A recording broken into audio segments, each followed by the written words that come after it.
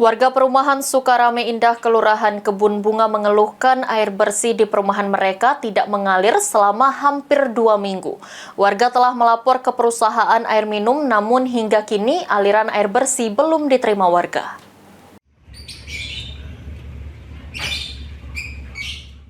Aliran air bersih yang seharusnya dapat dinikmati oleh warga komplek perumahan Sukarame Indah saat ini terganggu tanpa diketahui penyebabnya. Warga sudah hampir 2 minggu terakhir tidak bisa menikmati air bersih yang dialiri oleh PT Tirta Musi Sriwijaya (TMS). Dengan kondisi yang dialami tersebut, warga komplek perumahan Sukarame Indah terpaksa merogoh kocek untuk dapat membeli air bersih dari truk tangki. Kita sudah membeli air tangki karena warga di sini rata-rata pensiunan semua. Berapa Pak per hari kita beli tangki?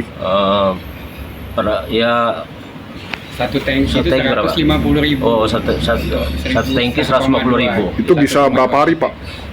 Palingan 2 hari itu. 2 hari habis, kita beli lagi. Ya. Warga sendiri sudah mendatangi PT TMS untuk menanyakan permasalahan aliran air bersih. Namun sampai saat ini, aliran air bersih yang dijanjikan belum juga diterima warga. Perusahaan sendiri.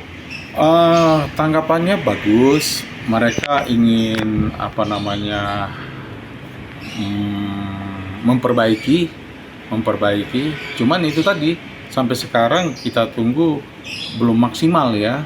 Nah, cuman nggak tahu ke depan ini bagaimana. Kita kasih waktu nggak Pak sama pihak perusahaan supaya berapa lama mungkin? Ya, saya sih kemarin tidak memberikan waktu. Cuman itu tadi saya minta secepatnya kalau bisa. Selanjutnya warga berharap agar PT TMS bisa dengan segera mengalirkan lagi air bersih ke komplek perumahan mereka sehingga warga tidak lagi alami kesulitan untuk dapat mencuci, memasak, dan menjalankan ibadah. Tim Liputan PAL TV.